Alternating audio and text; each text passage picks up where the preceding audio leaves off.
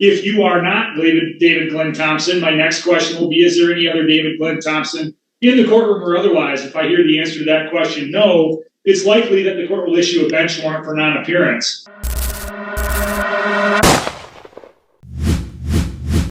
That is the person that I was given to use in this life. And that proper style of upper-lower case in accordance with SPR 89363, which is a court order for full faith and credit. I'm going to speak one more time, and then I'm going to allow a response. The answer is either going to be yes or no, and the answer to that question will determine whether or not you're involved in this hearing or not.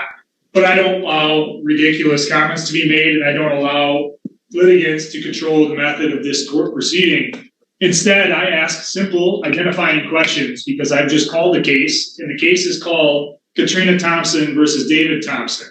If the answer to the question I'm about to ask is yes, you're going to be entitled to proceed and be heard in this case. If the answer to the question I'm about to answer is no, you're not associated with this case and you won't be able to be heard. So the answer to the question is, are you David Glenn Thompson? I am that living soul allowed to use that? Yes. I am that soul. Mr. Thompson, it's either a yes or no, or you're not going to be involved in the hearing. Let me take it a step further and let you know what happens if you are not David Glenn Thompson. My next question will be, is there any other David Glenn Thompson in the courtroom or otherwise? If I hear the answer to that question, no, it's likely that the court will issue a bench warrant for non-appearance. So it's your last chance to tell me. Sure. Yep. Yes. Are you David? I feel really coerced right now. Thank you. I appreciate that. You David Glenn Thompson? I believe I just answered that with a yes, and I feel really coerced right now. Mr. Thompson, I'm not going to allow ridiculousness to control the day in this court proceeding. I don't view this office as needing to allow that, and the law doesn't view this office as needing to allow it. I have a simple and straightforward job to proceed with. If you make that job difficult or impossible, I'm going to simply remove you from the hearing because I don't need to hear ridiculous commentary from you.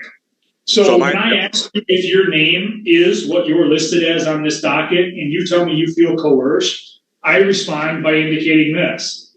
You can participate in this hearing if you're reasonable. If you're not reasonable, I'm going to remove you from the hearing. Am I clear? Well, I do apologize. You're very clear. I'm just trying to correct errors upon your record. This record, again, Mr. Thompson, is clear. And it will be more clear if you let me proceed further past what should be fairly innocuous, which is whether or not you're a named party. Now that we've gotten past that rather innocuous, fairly clear point, the next really clear point is this. You're here today, Mr. Thompson, because there's an allegation that you've not been paid to support as ordered by the court. If you're found to have not been making reasonable payments out of your available income, the court could hold you in contempt, and contempt is punishable by potential jail. In this case, we're also here to address a bond that you had previously posted. So when you posted a bond, I ordered that a hearing would be set today. When I set that hearing, it's to address several things. Number one is to address the issue of contempt and whether or not I should forfeit the bond that you previously posted.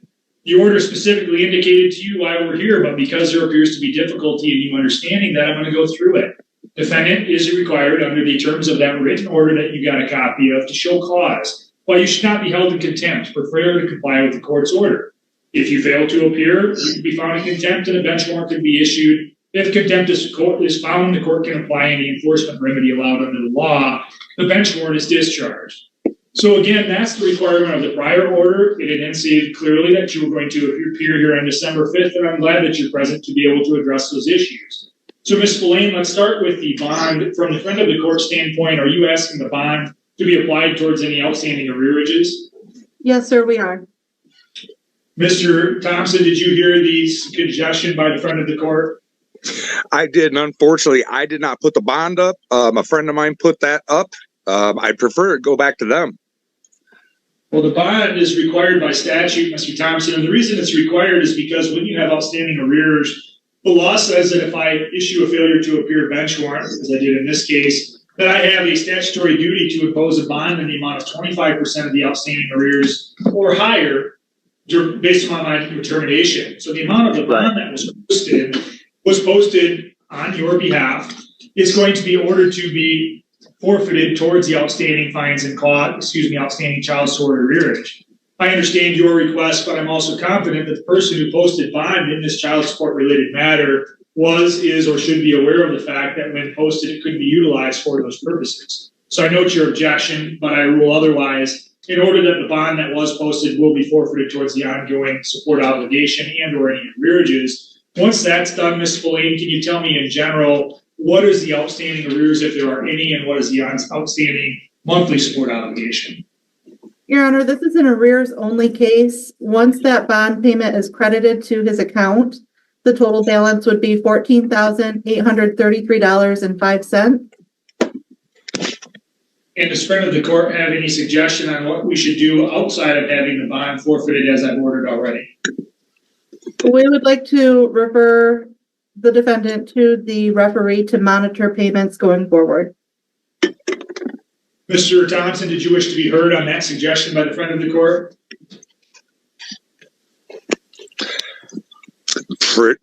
I don't even know what to say. I don't really feel that it matters what I say. You just do what you want. So, I mean, I'm looking at court orders in front of me. I'm looking at House Resolution number 10 saying, you know, you can't ask for money because of the bankruptcy. I don't even believe this is an actual Article 3 court. But hey, here we are. And I'd like to know what happened to the promissory note that was sent in 2017 for $20,000 gold equivalent. Registered mail to Clerk DeVider, I think it is. And why that wasn't credited to the account. Since that would be a securities under these laws here. So the court would note that I've exercised my discretion to mute Mr. Thompson. I'm going to do my best to explain why. This court proceeding has started difficult. It appears to be proceeding difficult, but it's really not a difficult understanding or case to understand in terms of the background. The background is that years ago, this case was instituted. It's a 2017 case number. It was instituted as a support matter. As the Ms. Blaine just indicated, this is a support arrears only matter, which means there's no longer any support that's currently charging, but there are outstanding arrears. Arrears means, of course, that there was a prior court order, and that court order was for Mr. Thompson to pay support. Mr. Thompson either did challenge that and was found not to have a legal challenge to that amount, or he didn't challenge it. And either way, the amounts have been, for years, been determined to have been owed. The amounts have not been paid, however. And even after this $5,600 bond has now been forfeited, the total of arrears are $14,833.05. That's not an insignificant amount. When pressed on that issue or questioned if he wanted to be heard, rather than be heard on what the friend of the court issued, which is a fairly, I would say, insignificant request to have the payments going forward monitored through a referee process, Mr. Thompson chose instead to bring up things that have nothing to do with this case. For example, I think, rather oddball claim that this is not an Article 3 court, or things referencing a surety contract, or other words that, although they seem quasi-legal, don't bear any particular relation to this case. And so the court is left with the suggestion of the friend of the court on what appears to be a fairly innocuous arrears-only matter. And I keep saying fairly innocuous to the court. This is not a difficult factual determination. It's not a difficult legal determination. An order was apparently in place. It ordered Mr. Thompson to pay. He's not done so. Arrears are in the nature of almost $15,000 after the bond was applied, and yet there's claims about promissory notes, and other words that I've heard but don't understand how they have any relationship to this case. And I'm quite confident on the record that's been made so far, if I allowed Mr. Thompson to be heard further, I would become more confused, not less. And so it's important for me to note that every opportunity is given to litigants to be heard. Those limitations, some limitations on that right to be heard, are present in this case, and that is, I allow litigants to be heard if it's responsive to the question set forth. If it's not responsive or relevant to the question set forth, I don't find it helpful. And I wouldn't find it helpful if the friend of the court offered things that weren't relevant to the issues at hand either. So again, the court has exercised its discretion to bar any further oral argument by Mr. Thompson. Instead, I'm going to follow the suggestion of the friend of the court. I'm going to refer this case to the referee docket for continued maintaining and watching over whether or not these payments are made going forward. I will, of course, maintain jurisdiction over this court, over this case. I'm simply referring this case to the referee for for further proceedings, and I'll also sign that order once it's presented by defendant in court, ordering that the bond that was posted on Mr. Thompson's behalf is forfeited towards the outstanding arrears only in this matter. Do you have any questions, Ms. Blaine, on this case? No, sir.